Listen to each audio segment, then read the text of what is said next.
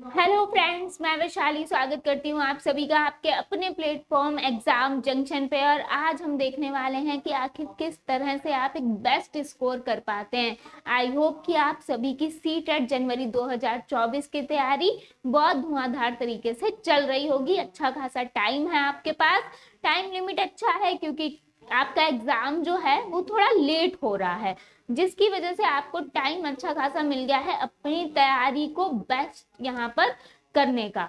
अगर हम यहाँ पर बात करें तो मेहनत तो आपको करनी ही है, लेकिन मेहनत तो सब करते हैं। देखिए, मेहनत करना यहाँ पर आप करते हैं, करते जाते हैं, आप बुक्स पढ़ते जाते हैं, सभी के लिए है। लेकिन यहाँ पे स्मार्ट वर्क आप अगर कर पा रहे हैं तो आपके 130 प्लस बिल्कुल आपके लिए नॉर्मल है कि 130 प्लस आपके आराम से आएंगे अगर आप मेहनत भी कर रहे हैं, लेकिन वो मेहनत जो है वो आपकी एक सही दिशा में जा रही है। यानी एक सही दिशा में एक टारगेट को लेकर स्मार्ट वर्क के साथ आप अपनी चीजों को जो है कवर अप कर रहे हैं। तो आज हम यहाँ पर जानेंगे कि किस तरह से आप जो है एक बेस्ट तरीके से तैयारी सीटेट की कर सकते हैं, किन चीजों पे आपको ध्यान देना है, क्या चीजें आपको समझने की जरूरत है, इस पे हम करने वाले हैं चर्चा।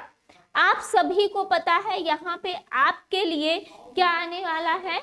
यहाँ पे 150 क्वेश्चंस आपको मिलने वाले हैं। 150 क्वेश्चंस जो है वो आपके 150 मार्क्स के मिलने वाले हैं। जाहिर सी बात है ना। 150 क्वेश्चन 150 मार्क्स के आपको मिलने वाले हैं।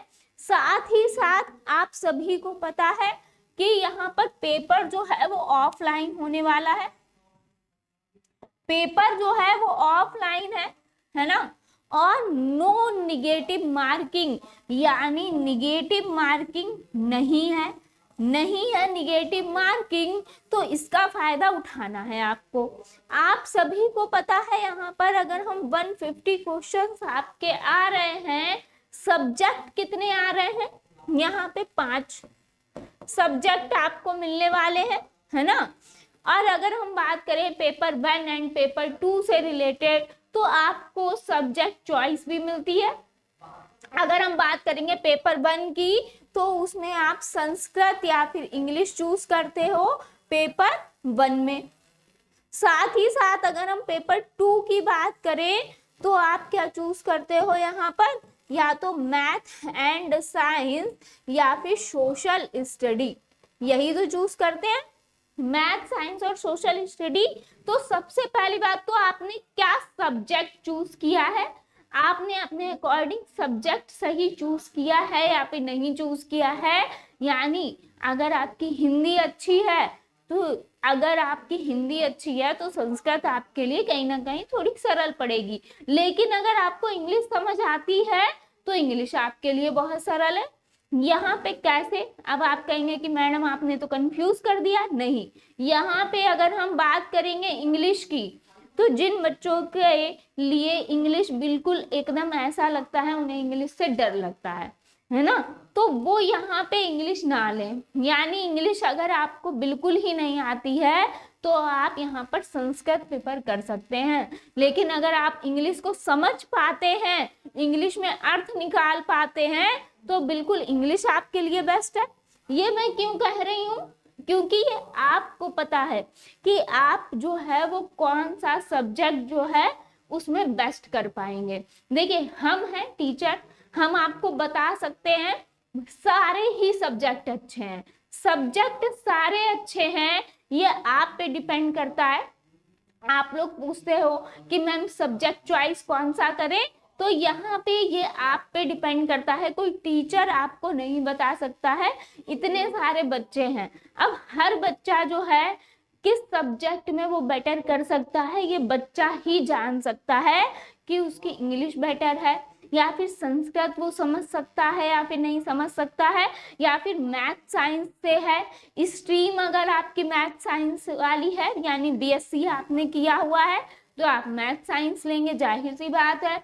सोशल स्टडी अगर आप ले रहे हैं, अगर आपने बीए वगैरह किया हुआ है तो सोशल स्टडी आपकी स्ट्रीम पे भी डिपेंड करता है और खुद आप पे भी डिपेंड करता है। तो सब्जेक्ट चॉइस बेटर करें, ये आपकी चॉइस है। आपको कंटेंट प्रोवाइड कराना हमारी जिम्मेदारी है।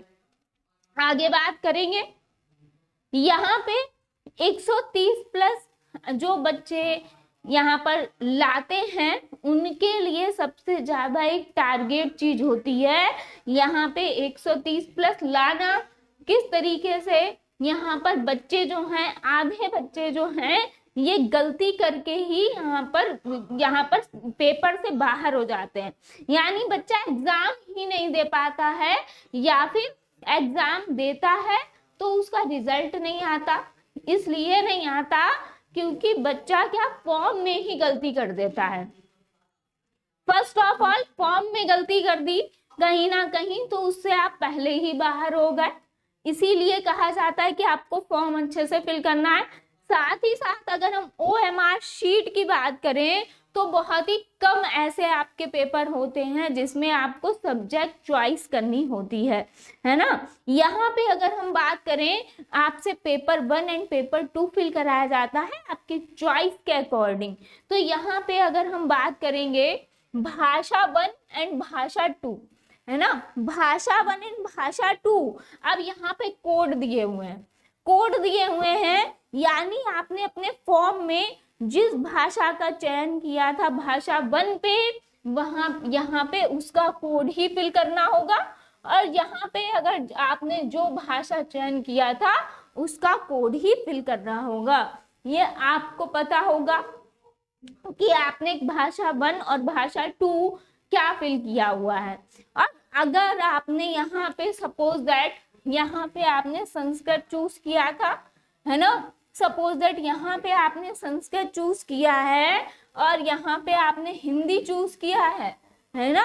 भाषा 1 एंड भाषा 2 की अगर हम बात कर रहे हैं यानी आपने कोई भी सब्जेक्ट चूज किया है ना, यहाँ पर इंग्लिश और संस्कृत वालों की बात कर रहे हैं तो यहाँ पे अगर हम बात करें भाषा 1 आपको कौन सी करनी है या फिर भाषा 2 आपको कौन सी करनी है।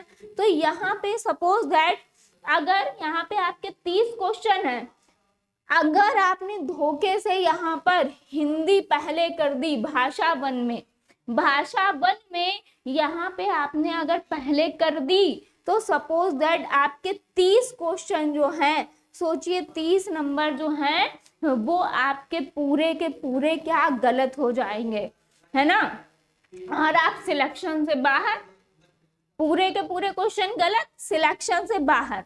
तो ये चॉइसिंग यानी आपकी जो चॉइस है वो सही होनी चाहिए, कि आप चूज क्या कर रहे हो फर्स्ट ऑफ ऑल।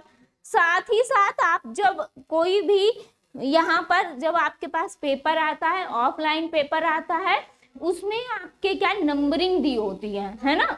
अगर आपने धोखे से आपने 2 देखा कि 2 का यहाँ पर थर्ड ऑप्शन सही है, यानी आपने देखा कि 2 का थर्ड ऑप्शन सही है और धोखे से आपने 2 की जगह 3 पे थर्ड ऑप्शन फिल कर दिया। 2 की जगह आपने 2 का थर्ड ऑप्शन सही समझा और यहाँ पर 3 पे यहाँ पे आपने 3 को फिल कर दिया और इसके बाद आपसे मिस्टेक हुई और उसके बाद आप उसी को भरते गए आगे के आगे, यानी 4 का थर्ड क्वेश्चन का फिल करना था वो आपने 4th पे फिल कर दिया, जो 4th क्वेश्चन का फिल करना था वो 5th पे कर दिया। तो ये फिर आप क्या करते हो, ओवर राइटिंग है ना, यानी आप वाइटनर यूज कर रहे हो, कटिंग कर रहे हो या फिर 2 गोले भर रहे हो, कटिंग कर करके ब्लेड से कट कर रहे हो। तो ये सब आपका बिल्कुल वहां पे आपके मार्क्स जो है वो कट करता है। इसलिए आपसे कह रहे हैं कि आधे चीजें तो आपको अपने एग्जाम हॉल में ही यहाँ पर सही करनी होती हैं कि आपके जो नंबर आपके कम होते हैं। तो इस पे विशेष ध्यान देना है, पेपर 1 एंड पेपर 2 पे विशेष ध्यान देना है कि आपने फॉर्म में अगर भाषा 1 आपने पहला हिंदी चूज किया है तो आपको हिंदी ही करनी है भाषा 1 पहले, यानी आपको हिंदी इंग्लिश साथ में दी होगी भाषा 1 से, और भाषा 2 में भी हिंदी इंग्लिश साथ में दी होगी। लेकिन आपको भाषा 1 में हिंदी अगर आपने चूज की है तो आप भाषा 1 की ही हिंदी करेंगे, भाषा 2 की हिंदी नहीं करेंगे। अगर आपने भाषा 2 में इंग्लिश चूज की है तो वहां पे इंग्लिश फिल करेंगे, इंग्लिश के सारे गोले भरेंगे। और क्या नंबरिंग है इस पे विशेष ध्यान देना है, क्या नंबरिंग है इस पे विशेष ध्यान देना है। क्यों? क्योंकि इंग्लिश की भी सपोज दैट यहाँ पे आपके 90 क्वेश्चन है, तो यहाँ पे हर सब्जेक्ट के 30 क्वेश्चन आते हैं, तो यानी 1 से 30 तक की नंबरिंग अगर इंग्लिश की है तो 1 से 30 तक की नंबरिंग ही आपकी संस्कृत की होगी। तो यहाँ पे आपको विशेष ध्यान देना है कि यहाँ पे ये ही गलतियां आपको नहीं करनी है। ये तो हुई OMR की बात। अब हम बात करते हैं कि आपको करना क्या है आगे। रोल नंबर वगैरह आपको, रजिस्ट्रेशन नंबर वगैरह आपको ध्यान से फिलअप करना ही है। साथ ही साथ अगर हम बात करें अब आपकी प्लानिंग क्या होनी चाहिए, ये आपकी एग्जाम हॉल की बात थी। अभी आपको करना क्या है कि आपके अच्छे से अच्छे मार्क्स आपको मिले, उसके लिए आपको क्या करना है, यानी अभी आपके पास टाइम है, आपको प्रैक्टिस सेट ही अगर लगाना है, अगर आपको प्रैक्टिस करनी है, अगर आपको क्या करनी है प्रैक्टिस, तो प्रैक्टिस आप प्रैक्टिस सेट से ना करके, अगर आपको प्रैक्टिस करनी है तो वो प्रैक्टिस आप प्रैक्टिस सेट से अभी ना करके, ये नहीं कह रहे हैं कि लगाना ही नहीं है, लेकिन अभी ना करके किससे करनी है, PYQ से। यानी जो प्रीवियस ईयर क्वेश्चन पेपर होंगे आपको उनसे क्या करनी है, ज्यादा से ज्यादा क्या करनी है, प्रैक्टिस करनी है। क्लियर? क्योंकि PYQs आपको क्या देंगे, एक एनालिसिस देंगे, एक टारगेट आपको देंगे कि आपको जो है प्रीवियस ईयर्स देखने का मौका मिलेगा। इससे आप क्या ज्यादा से ज्यादा जब प्रैक्टिस करेंगे आपको चीजें पता चलती जाएंगी कि आखिर आपके जो क्वेश्चंस हैं वो कहाँ से लिए जा रहे हैं, क्या आपको आगे तैयारी करनी है, ये सारी चीजें आपको यहीं से पता चलेंगी। क्लियर? यानी अगर हम बात करें CTET की, है ना, अगर हम बात करेंगे CTET की तो सिर्फ रामबाण क्या है इसमें, PYQ प्लस NCERT, है ना। NCERT अगर आपने पढ़ ली और हर सब्जेक्ट की और PYQ पढ़ लिए तो बस आपके लिए ये सबसे बेस्ट है। यहाँ पे NCERT पे आपको फोकस करना है, आप सभी जानते हैं, चाहे इंग्लिश हो, चाहे संस्कृत हो, चाहे यहाँ पर हिंदी हो, आपको यहाँ पर 15 में ग्रामर नहीं पूछता है। यहाँ पे जो 15 नंबर के आपके आते हैं ये आते हैं पैराग्राफ, है ना, ये आते हैं पैराग्राफ, और पैराग्राफ की प्रैक्टिस करनी है। बाकी 15 की आपकी पेडागोजी पूछता है हर सब्जेक्ट की, यही तो है। तो ये सब आपको ध्यान रखना है, इसी से रिलेटेड आपको चीजें करनी है। यहाँ पे पेडागोजी की जिम्मेदारी हमारी है, हम ओवरऑल आपको सारी क्लासेस प्रोवाइड कराने वाले हैं। यहाँ पे मेन जो क्लासेस होने वाली हैं वो social study, math and science की क्लासेस आपको मिलने वाली हैं। और भी आपको सारी चीजें यहाँ पर प्रोवाइड कराई जाएंगी, लेकिन यहाँ पे आपको हमारे साथ साथ अपनी तैयारी जो है जोरदार तरीके से करनी है। 130 प्लस आपके आएंगे ही आएंगे, तो ये जिम्मेदारी तो मेरी है। क्लियर? बस आपको क्या करना है, ज्यादा से ज्यादा शेयर करना है और हमारा देना है आपको साथ।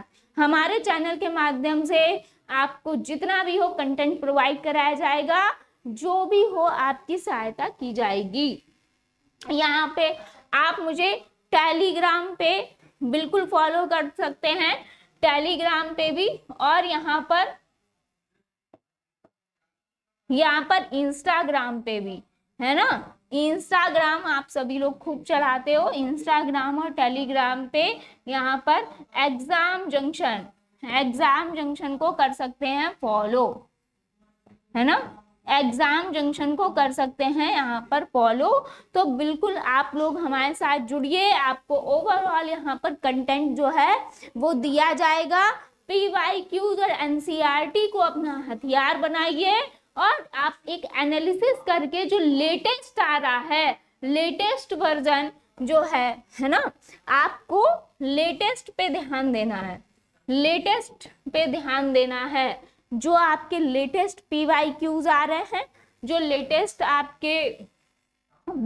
जो ऑनलाइन वाला पेपर था खासकर, और जो अभी आपका ऑफलाइन हुआ, उनसे रिलेटेड आपके PYQs जितने हैं, जितने भी PYQs हैं उसकी एनालिसिस आपको करनी है। यानी हम बात अगर करें तो यहाँ पे आपको 2017 के बाद जितने भी एग्जाम हुए हैं, 2017 के बाद उस पे बहुत अच्छे से फोकस करना है कि आखिर क्वेश्चंस लिए कहाँ से गए हैं, यहाँ पे क्वेश्चंस को लिया कहाँ से गया है, कौन से टॉपिक उठाए गए हैं, क्या पैटर्न रहा है। जैसे कि अब अभिकथन कारण टाइप वाले, तर्क वाले क्वेश्चंस ज्यादा पूछ लेता है। साथ ही साथ अगर हम बात करेंगे तो यहाँ पे अब जो लैंग्वेज है वो टफ कर दी है। क्वेश्चन टफ नहीं है, लैंग्वेज टफ है, यानी आपको समझने में दिक्कत होती है। जितना मैंने देखा है, मैंने जो ऑनलाइन का भी पैटर्न देखा, जो अभी ऑफलाइन हुआ, यहाँ पे जो लैंग्वेज है वो थोड़ी सी उन्होंने क्या कर दी है, डिफरेंट कर दिया है, हल्का सा लेवल अप कर दिया है, जिससे सभी परेशान हो रहे हैं। तो अब परेशान होने की जरूरत नहीं है, आपको हमारे यहाँ एग्जाम जंक्शन से पूरी की पूरी आपको सहायता मिलेगी, पूरा का पूरा अच्छे से कंटेंट मिलेगा, एक अच्छे लेवल का। तो 130 प्लस आपके जरूर आएंगे अगर आप हमारे साथ जुड़े रहेंगे और हमारे साथ जो मैंने आपको बताया है उस प्लानिंग के साथ आप जो है वो सारा जो है अपनी तैयारी करेंगे। आपका जो सब्जेक्ट वीक है, जो स्ट्रांग है, उसके अकॉर्डिंग आपको जो है अपनी तैयारी करनी है। यानी अगर एक हफ्ता है आपका, एक हफ्ते में आपको, है ना, एक हफ्ते में आपको कम से कम, एक हफ्ते में आपको जो है वो कम से कम क्या, यहाँ पर अगर आप 4 दिन यहाँ पर प्रैक्टिस कर रहे हो, प्रीवियस ईयर्स लगा रहे हो, यहाँ पर PYQs कर रहे हो, यहाँ पर प्रैक्टिस कर रहे हो, यहाँ पर कंटेंट पढ़ रहे हो, है ना, प्रैक्टिस कर रहे हो, या फिर आप क्या कर रहे हो, यहाँ पर कंटेंट पढ़ रहे हो, है ना। यहाँ पर अगर आप टॉपिक वाइज टॉपिक भी पढ़ रहे हो, टॉपिक वाइज टॉपिक भी पढ़ रहे हो, तो यहाँ पे हफ्ते में एक दिन रख लीजिए। यानी सपोज दैट कोई हफ्ते का एक दिन रख लीजिए जिसमें आप उसका रिवीजन कर सको। हफ्ते में एक दिन जो भी आपने यहाँ पर हफ्ते भर पढ़ा है उसका रिवीजन जरूर करें।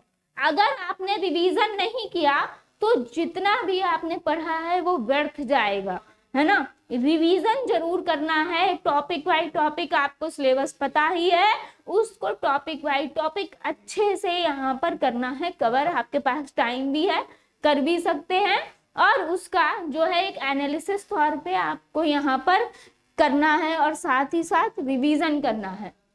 रिवीजन जरूरी है। प्रैक्टिस सेट जो है लास्ट के आप जो है, जो आपका टाइम बचेगा यहाँ पर, अगर 1 जनवरी से आप प्रैक्टिस सेट आराम से खूब लगाइए यहाँ पर प्रैक्टिस सेट।